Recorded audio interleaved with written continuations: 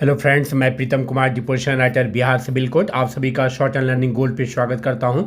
Friends, आज का English dictation legal matter है और 80 WPM के स्पीड से रहेगा, इसलिए रिक्वेस्ट है कि डिक्टेशन को लास्ट तक नोट डाउन करके ट्रांसक्राइब करेंगे एंड कमेंट करेंगे।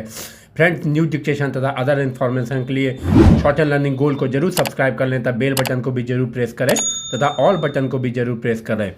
फ्रेंड्स, आप मुझे डिस्क्रिप्शन में दिए गए टेलीग्राम लिंक पे भी मुझे फॉलो कर सकते हैं। अगर डिक्टेशन अच्छा लगा हो फ्रेंड्स तो एक लाइक जरूर करेंगे और इस डिक्टेशन को अपने ग्रुप में भी शेयर करेंगे, ताकि आपके ग्रुप के फ्रेंड्स भी इस डिक्टेशन का लाभ उठा सके। Be ready for dictation. At the first instance, comma, the learned counsel for the appellants strongly argued that there was perversity and illegality involved in the decision rendered by the tribunal, comma, which was affirmed by the High Court. Stop. It was also argued on behalf of the appellants that a fair and reasonable opportunity of hearing was afforded to the respondent and the charge sheet did not suffer any discrepancy as it sufficiently enabled the respondent to defend his case. Stop. Furthermore, comma, it was contended that the charges framed were not vague and were serious cases of misconduct. Stop. It was further argued that the tribunal and the High Court had appreciated the evidence wrongly and it would not be in the interest of appellant company to keep a workman who has developed the habit of abusing superiors with filthy language and disobeying their orders. Stop.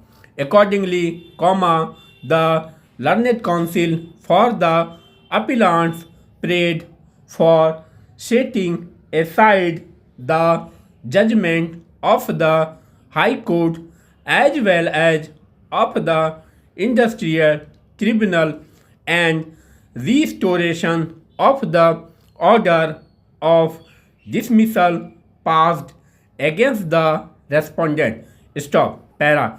The learned counsel for the respondent contended that the respondent was denied a fair hearing and was dismissed in violations of the principle of natural justice. Stop. It was argued on behalf of the respondent that the charge sheet did not contain the specific abusive language and thus it was difficult for him to defend his case. Stop. He further argued that the respondent was not furnished with the list of witnesses and copy of the documents to be treated as evidences and materials on which the management was to rely, and he was also denied a change of being represented by a lawyer or a representative who is equipped with legal background during the inquiry proceedings. Stop. Learned counsel for the respondent also contended that the appellants had not presented before the court and documentary evidence to prove that the had on earlier occasion misconducted himself and was thus in a habit of disobeying his superiors. Stop. The learned council also strongly argued that the work assigned to the respondent was not part of his duty as he was appointed to carry things from one place to another outside the shop. Stop.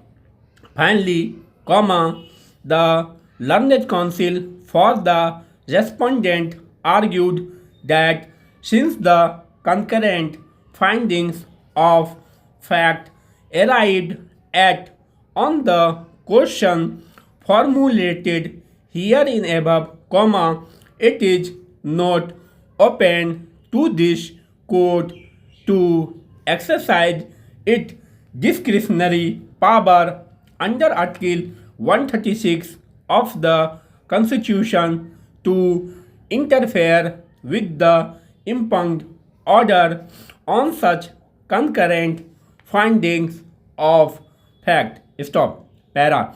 Let us first delve into the most crucial question raised in this appeal, that is whether there was violation of principle of natural justice. Stop. Principle of natural justice is attracted whenever a person suffers a civil consequence or a prejudice is caused to him by an administrative action. Stop. In other words, principle of natural justice is attracted where there is some right which is likely to be affected by any act of the administration, including a legitimate expectation. Finally, stop. Thanks for watching.